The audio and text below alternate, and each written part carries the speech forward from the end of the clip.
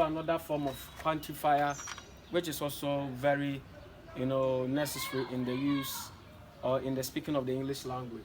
And what we are saying about much is that much should be combined with of.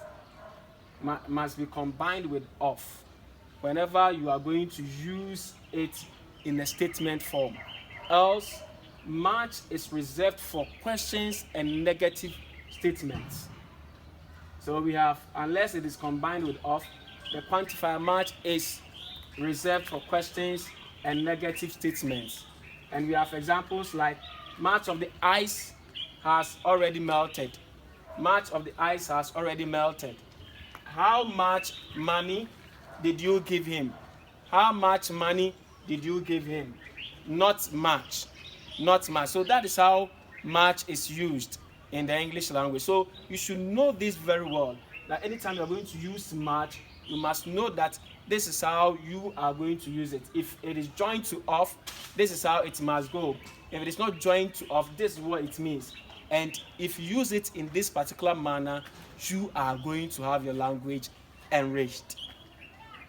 Let's take another example. Quantifier used as a determiner, which we must also know and then understand. So most, not that the quantifier most must include the definite article there when it modifies a specific noun, whether it's a count or a non-count noun. That is, note that the quantifier most must include the definite article there. We've already learned definite article there. When it modifies a specific noun, whether it's a count or a non-count noun. And we have some examples here. Most of the lecturers in this university own cars. Most of the lecturers in this university own cars.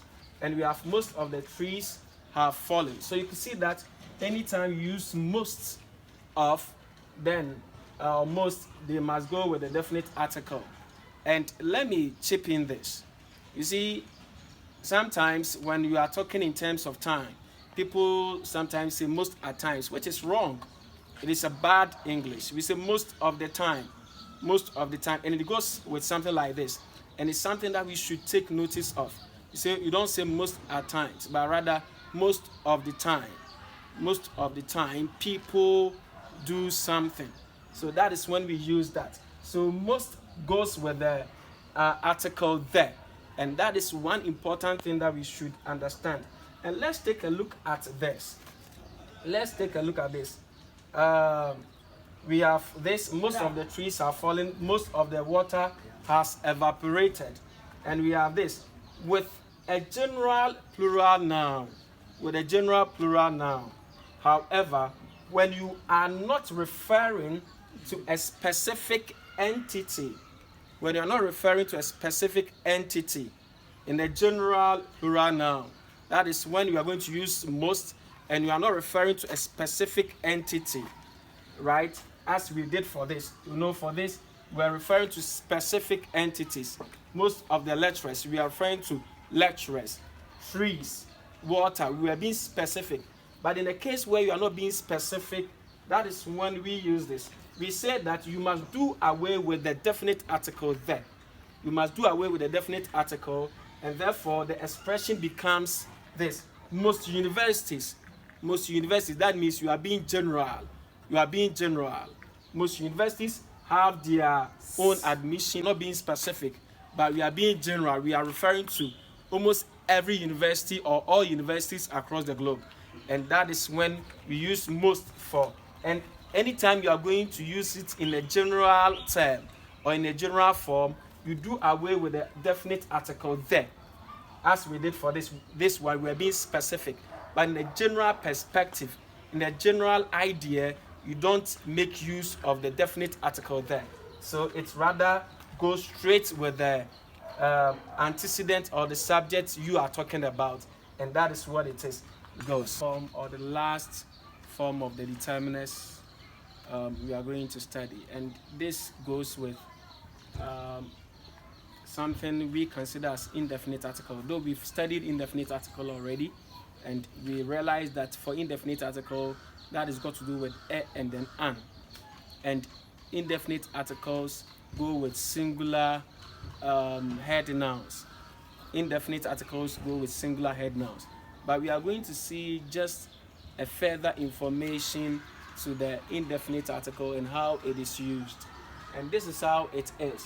An indefinite article is sometimes used in conjunction with the quantifier many. That is whenever you are going to use a, when you use many with it, in conjunction with it, that joining a plural quantity or quantifier with a singular noun, which then takes a singular verb. It then takes a singular verb. And then we have examples like many a young man. So we have the many as a quantifier, and then the indefinite article a here. And we've conjoined the two. Many a young man. And the verb it admits is a singular verb. Has fallen in love with her. Many a young man has fallen in love with her. So anytime you use this many, which is joined to this indefinite article, the verb must be a singular verb.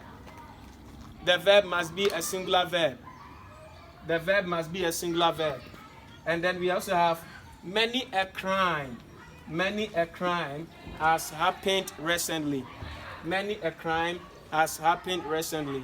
So as we see this, many and then a, many and then a indefinite, young man, the verb must always be singular. And it's so important. We have many, an incident has happened. Then it means that the quantifier is referring to so many incidents, but we are using the indefinite article to qualify this incident, and it takes a singular verb. Many as a young man, many an incident. So such examples do happen, and we have so many of them.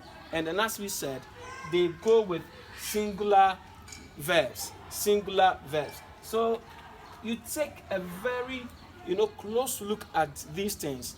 And as I said, indefinite article joined to the quantifier many goes with what? The singular verb. Joined to the quantifier many goes with the singular verb. And this is part of the determiner. And as I have already introduced to you, these are determiners which are relevant in our study of the subject-verb agreement. And we must know them and understand them very well. And as you are watching me, just like our page, subscribe to our page for more of such information, because we are going to take you through the use of the subject-verb agreement so that you solidify yourself there, and then you'll be able to write well and then also express yourself freely without any fear and panic. So let's meet again next week.